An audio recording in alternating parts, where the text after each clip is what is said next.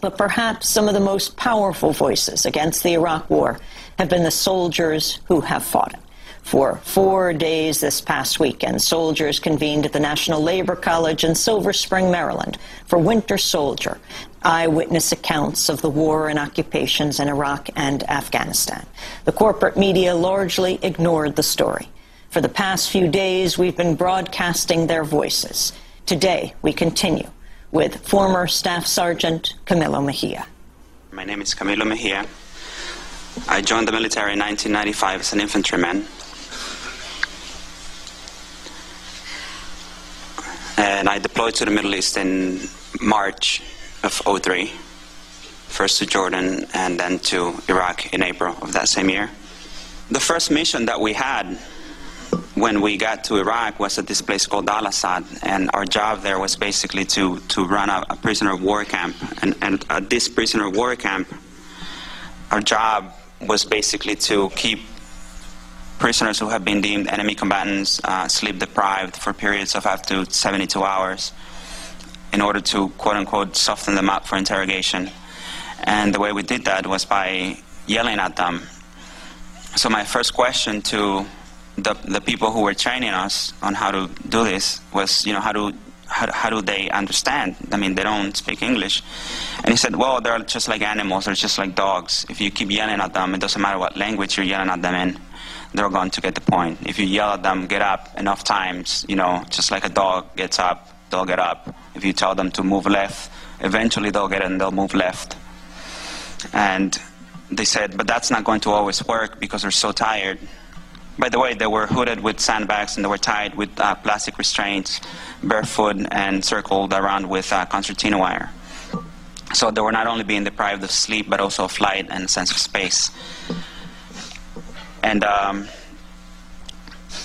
so the next thing that we did was to hit the wall next to them with a sledgehammer to create this explosion-like sound to scare them.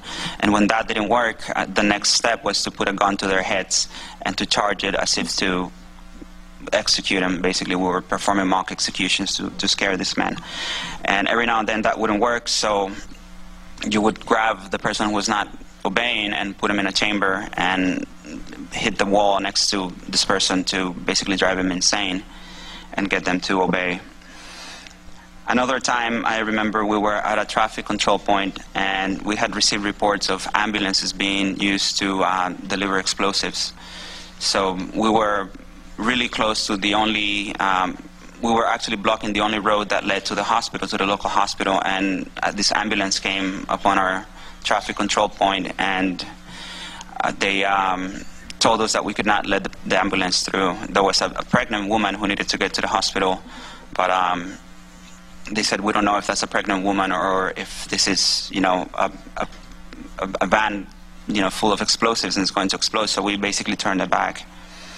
And I remember at the time I felt bad, and I wanted to send a team to basically to search the van and to establish whether there really was a pregnant woman, but I kept thinking of the images of the ambulance exploding in the perimeter and killing a bunch of our people, so I basically made the decision not to search the van and to just turn it away.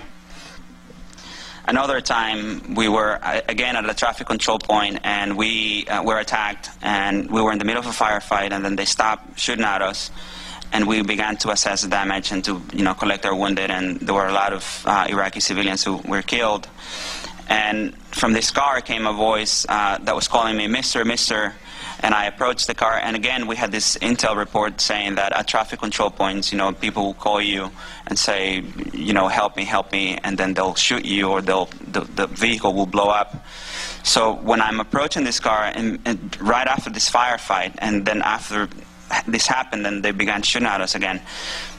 But as I approached this car, I saw that there was this young man at the driver's seat, and that there were two older gentlemen who were also wounded, one pretty badly, and who were saying, help me. And at the time, all I could think about was the intel report saying, these people are trying to kill you. So I basically had my rifle aimed at them, and I was about to shoot him until somebody came and said, Sergeant, they're wounded, don't shoot at them. But I guess what I'm trying to say is that it's almost impossible to to act upon your morality in a situation like that when you have been fed all this information that, you know, these people are out there to kill you, and what you do is you basically remove the humanity from them to make it easier to oppress them, to brutalize them, to beat them, and in doing so you remove the humanity from yourself, because you cannot act as a human being and do all of these things. And one last incident that I want to talk about was the first time that I opened fire on a human being, and this happened right after a protest. They were throwing grenades at us, and they said, you know, if anybody throws a grenade, you know, you open fire on them. So we saw this coming, and I saw this young man, basically, you know, his arm was swinging, and he had a black object in his hand, which was indeed a grenade. And I remember seeing all of this through the rear aperture of my M16 rifle sight, and I remember when we opened fire on him. And then I remember when two men came from the crowd and basically dragged them by his shoulders back into the crowd after we killed them. And after that incident, I remember going into a room by myself and counting the rounds that I had left in my magazine, and I had 19 rounds left, which meant that I had fired 11 rounds at this person, and but yet I had no recollection of hitting him or him going down, him dropping, him dying. There's this blank space in my memory, which is a blank space that I have for other experiences, like this time when this child was basically riding in the passenger seat with his father, and we decapitated his father with a machine gun. And when we went down to the low ground to search for enemy wounded, I remember seeing this young person standing next to this body that was decapitated. And when I think about it, I cannot remember the expression on the child's face. I cannot remember that it was a child. I only know this because people told me later on that was the man's son, the man's young son, who was standing next to the body. And it's because not only it's not enough to dehumanize the enemy by means of your military background or training or the indoctrination or the heat and the fatigue and the intensity of the environment. But there are times when it is so hard to deal with these experiences that I suppose your own body, your own psyche, in order to protect you from these memories and in order to protect you from losing your humanity, erases certain memories that are too painful to deal with, that are too overwhelming to deal with.